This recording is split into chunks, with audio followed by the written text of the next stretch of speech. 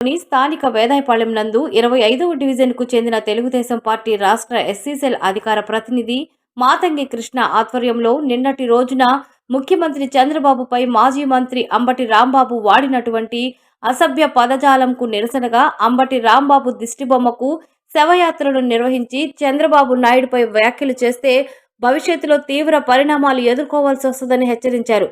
ఈ కార్యక్రమంలో డేగా రవి రాఘవేంద్ర, ఉప్పు భాస్కర్, శాంతి నాయుడు, అరవబాబు, రవీంద్ర, బాలకృష్ణ యాదవ్, సత్తార్, సిద్దయ్య, జహీర్ తదితరులు పాల్గొన్నారు.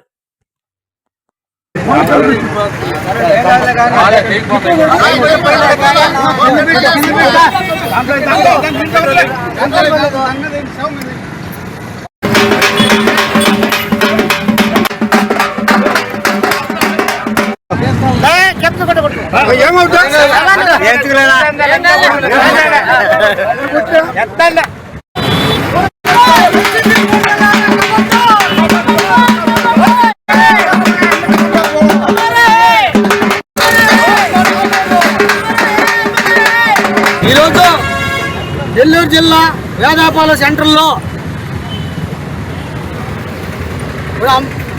అంబటి రాంబాబు అనే ఒక కుక్క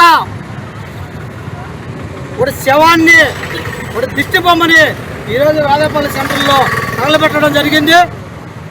నిన్న మాట్లాడినటువంటి మా ముఖ్యమంత్రి మా చంద్రబాబు నాయుడు గారిని అనుచిత వ్యాఖ్యలు మాట్లాడినందుకు, అసభ్యకరంగా మాట్లాడినందుకు ఈరోజు ఒక శవయాత్ర చేశాం.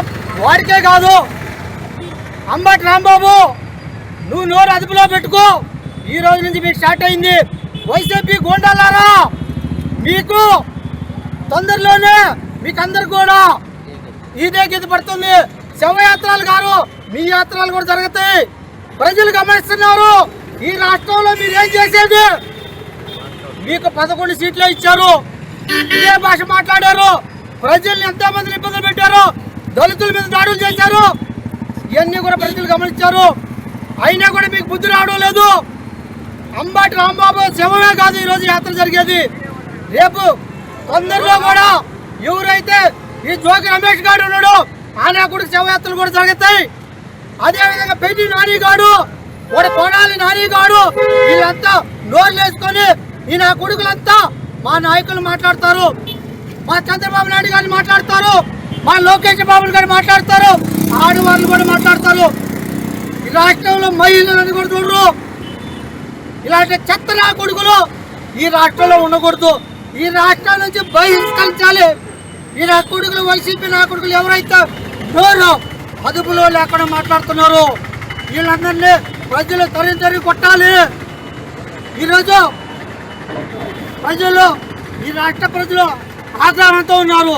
ఎందుకంటే మేమందరం కూడా ఒక మంచి నాయకుడు చంద్రబాబు నాయుడు ఎక్కడ కూడా ఎవరిని మాట్లాడినా కూడా ఒక బూత్ కూడా మాట్లాడు.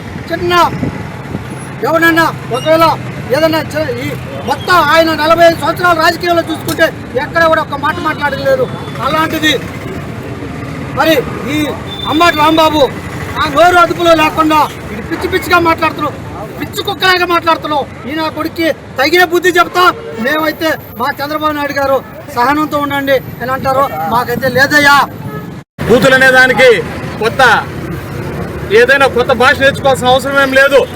పైపెచ్చు ఈ వైసీపీ నాయకులకి బూతులు అనేది ఒక పేటెంట్ గా మారిపోయింది. కొంతమంది వైసీపీ నాయకులకి పదే బూతులు మాట్లాడితే అదేదో ఒక ర్యాంకు గాను, అదేదో ఒక పెద్ద పేటెంట్ గాను భావిస్తున్నటువంటి దుర్మార్గులకు చెప్తున్నాం.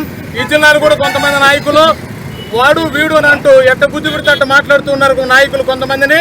వారందరికీ కూడా ఈ సందర్భంగా హెచ్చరిస్తున్నాం.